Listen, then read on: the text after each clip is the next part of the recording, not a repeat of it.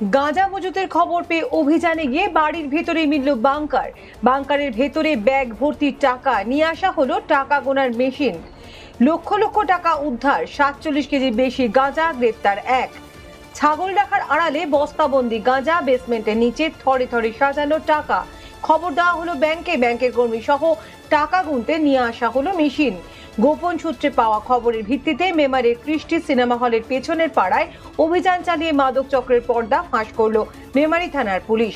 গ্রেপ্তার এক, উদ্ধার 47 কেজির বেশি গাঁজা সহ প্রায় 42 লক্ষ টাকা।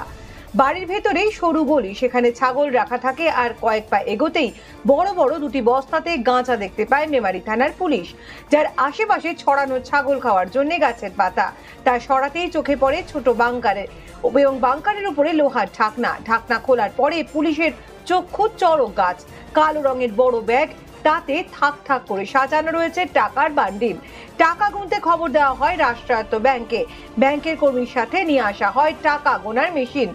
টাকার পাশাপাশি বাড়ি থেকে উদ্ধার হয় 47.5 কেজি গাঁজা ও 41,87,280 টাকা। পুরো অভিযানটি ভিডিওগ্রাফি করে রেখেছে মেমারি থানার পুলিশ। বাড়িতে বিপুল সংখ্যক গাঁজা রাখার অভিযোগ সঙ্গীতা সাহানি নামে একজনকে গ্রেপ্তার করে পুলিশ।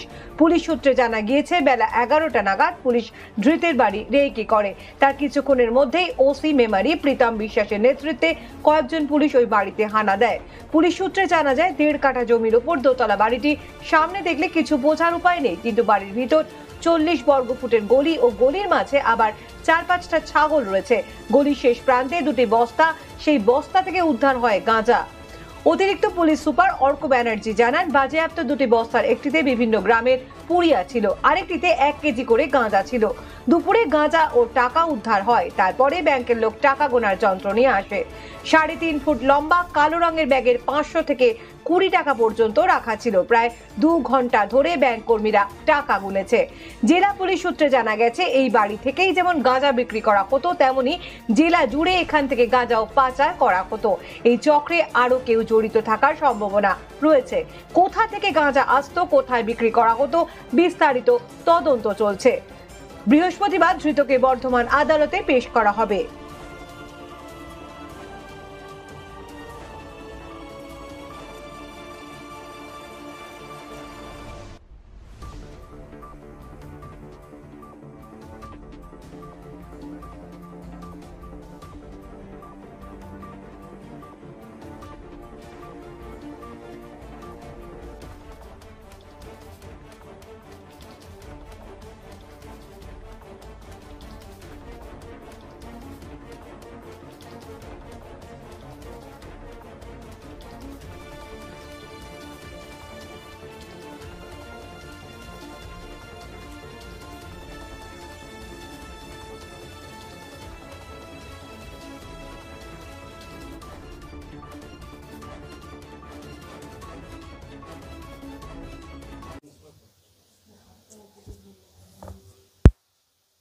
আজকে দুপুরবেলা নাগাদ আমাদের মেমরি পুলিশের একটা টিম এবং SOG team, district SOG team, ওদের ম্যানুয়াল এবং টেকনিক্যাল কিছু ইনপুটস এবং সোর্সের মাধ্যমে 1 নম্বর ওয়ার্ড মেমরি মিউনিসিপ্যালিটির কৃষ্টি পাড়া, সেখানে একটা বাড়িতে আমরা রেড করি এবং সেই বাড়িতে হিউজ পরিমাণ প্রায় 47 কিলো মতো ক্যানাবিস গাঁজা আমাদের ওখান থেকে পাওয়া যায় এবং হিউজ পরিমাণ ক্যাশ পাওয়া যায়, প্রায় 41 লাখ টাকা।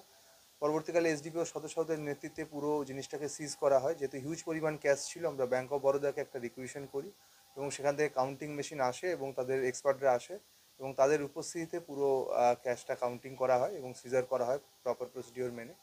আর যে গাঁজা যেটা ছিল তার মধ্যে আমরা সেটা ওখানে সঙ্গীতা সাহানি, যার এক্সক্লুসিভ পজিশন থেকে এই পুরো গাঁজাটা আমরা পাই এবং সেখানে বেশ কিছু ওরা ছোট কিছু পুড়িয়া ছিল, কিছু বড় পুড়িয়া ছিল এবং কিছু 1 কিলোর প্যাকেট করা ছিল। ওর কাছ থেকে জিজ্ঞাসাবাদে ও কনফেস করে এবং ওর কাছ থেকে জানা যায় যে বড় পুড়িয়া যেগুলো ছিল ওগুলো প্রায় 100 টাকা করে ও বিক্রি করতো এবং যেগুলো ছোট পুড়িয়া ছিল সেগুলো 50 টাকা করে বিক্রি করতো।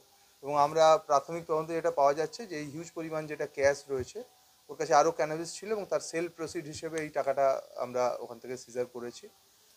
আমরা আরও এনকোয়ারিতে জানতে পেরেছি যে এর আগে এর যে মা ছিল এই মহিলা সঙ্গীতা সাহানির, লালপরি সাহানি, তাকেও এর আগে এনডিপিএস কেস করা হয়েছিল এবং সেও এই ব্যবসার সঙ্গেই আগে যুক্ত ছিল।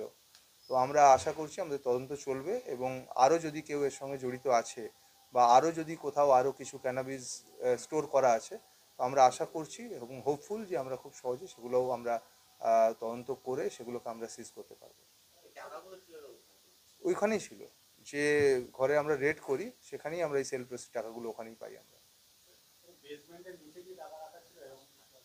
বেসমেন্টের মধ্যে লুকোনো ছিল, সমস্ত কিছুই লুকোনো ছিল। আমরা সবই আমরা ওখানে মানে বেশ রীতিমতো প্রায় আমাদের 2-2.5-3 ঘন্টা ধরে আমাদেরকে সার্চ সিজার করে ওখানে সমস্ত কিছু বার করতে হয়েছে। আমরা প্রাথমিক তদন্তে সেটাই পাচ্ছি, কারণ ও কনফেস করেছে যে এই পুড়িয়াগুলো ওরা এই টাকায় বিক্রি করতো এবং আমরা এটাও কনফেস করেছে ওর কাছে আরও ক্যানাবিস ছিল যেগুলো ওরা বিক্রি করেছে। আমরা প্রাথমিক তদন্তে সেটাই পাচ্ছি। আমাদের আশঙ্কা সেটাই যে এরা বিভিন্ন জায়গায় হয়তো ছড়াতো। আমরা আরেকটু তদন্ত এগোলে আমরা সেটা বলতে পারবো, মনে হচ্ছে, আমরা তাই আশা করছি। 47 lakhs অলমোস্ট ক্রোডসের ওপর হবে, মোটামুটি 47 কেজি রয়েছে। 3-4 lakhs।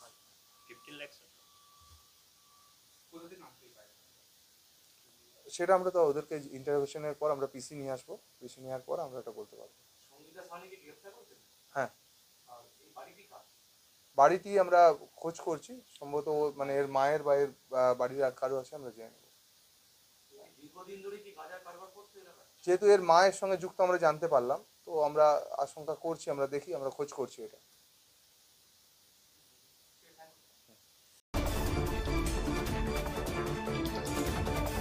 Well-On Finance is a personal finance platform focused on empowering and serving millennials to take a well-informed decision while buying a financial product like home loan, car loan, business loan, personal loan, SME loans, insurance, etc. For further details, contact us.